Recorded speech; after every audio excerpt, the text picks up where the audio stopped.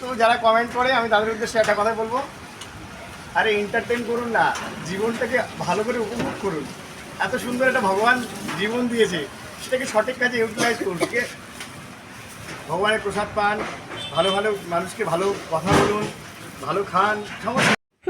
মুখটা ভীষণ চেনা লাগলো, তাই না? হ্যাঁ, চেনা তো লাগবেই। তো সেদিন আমাদের নবদ্বীপ থেকে মায়াপুরে চলে গেছিলাম এই ভেজ প্রভুর বিরিয়ানি খেতে। তো দেখো আকাশের অবস্থাটা কীরকম। তো যাই হোক, তো এখানে মায়াপুরের চূড়াটা ভীষণ সুন্দর লাগছিল দেখতে মেঘের মধ্যে।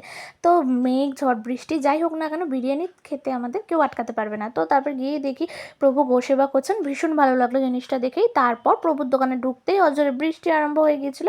তো তখনও না এক হাঁড়ি শেষ হয়ে সবেমাত্র আর এক হাঁড়ি মানে চাপিয়েছিল। তো আমাদের কিছুক্ষণ ওয়েট করতে হয়েছিল, তারপরে পেয়ে গেছিলাম গরম গরম ধোয়া ওঠা বিরিয়ানি। আমরা সেদিন না ভীষণ তাড়াতাড়ি চলে গেছিলাম, তার জন্য তেমনভাবে কোনো কিছুই হয়নি। যাই হোক, শুধু বিরিয়ানি খেয়ে নিয়েছি। প্রভু কী কী বললেন নেক্সট ভিডিওতে আরও শেয়ার করবো।